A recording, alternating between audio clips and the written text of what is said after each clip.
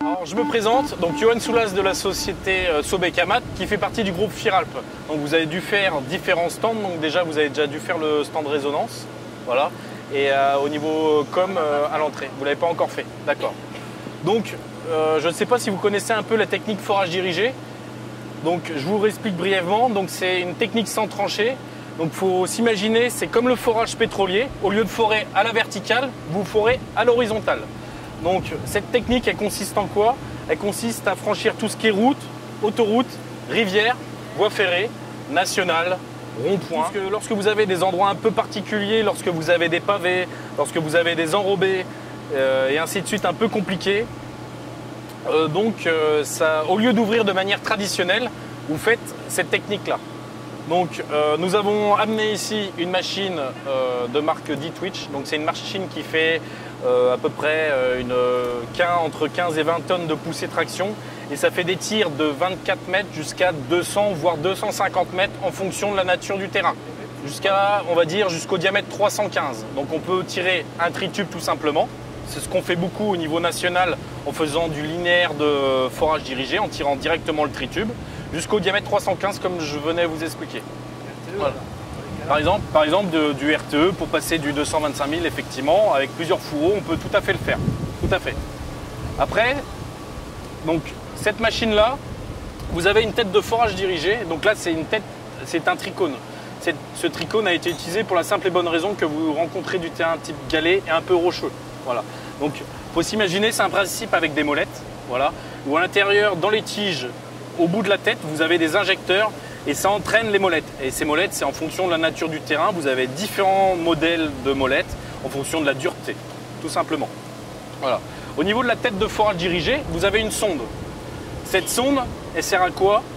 Elle sert à vous donner la pente, la profondeur et la température de l'outil. Voilà. Donc, on la calibre. Nous avons les informations au niveau de cet appareil qui donne les informations, donc comme je vous expliquais, la pente, la profondeur et la température. Vous avez les informations à l'opérateur et au machiniste. Comme ça, ils ont l'ensemble des informations en simultané pour éviter les différentes erreurs et ainsi de suite. Voilà. Donc dans un premier temps, il y a un gros travail en amont de préparation de chantier. Vous avez tout d'abord obligatoirement une visite de terrain pour voir les accès, la mise en place de la machine. Parce que comme vous pouvez le constater, c'est une machine qui est relativement assez longue, mais qui reste relativement assez compacte dans le milieu urbain. Voilà, ça c'est très important. Elle fait à peu près 6 mètres de long sur 2 mètres de large.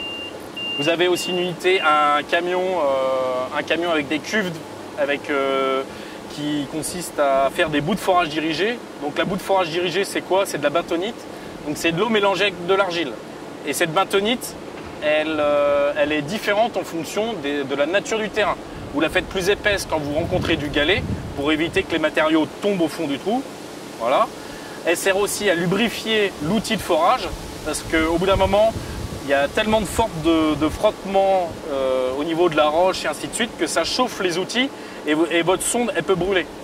Voilà. Et vous perdez l'ensemble des informations. Donc voilà, on a un système d'alerte, etc. Mais ça vous permet d'avoir ces alertes-là. Ensuite, également, la boue, elle permet aussi d'évacuer les matériaux. Voilà, les matériaux, parce qu'au bout d'un moment, certains terrains compactent le terrain. Voilà, il y a certains aléseurs qui compactent le terrain et il y en a d'autres qui évacuent également. Voilà. Donc, suite au tir pilote, vous mettez des aléseurs. Les aléseurs sont en fonction de la nature du terrain également. Donc, vous avez des aléseurs compactants, vous avez des aléseurs à rocher. Enfin, vous avez tout un tas de gammes d'aléseurs, tout simplement, en fonction du diamètre que vous avez posé.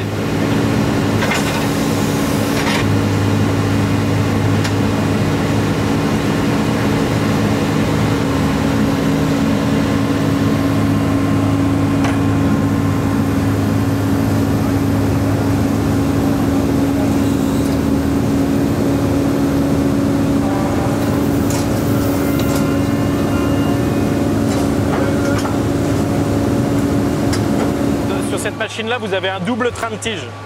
Donc il y a la tige extérieure, c'est la tige intérieure qui travaille et le tricône aussi. Voilà. Comme ça maintient bien.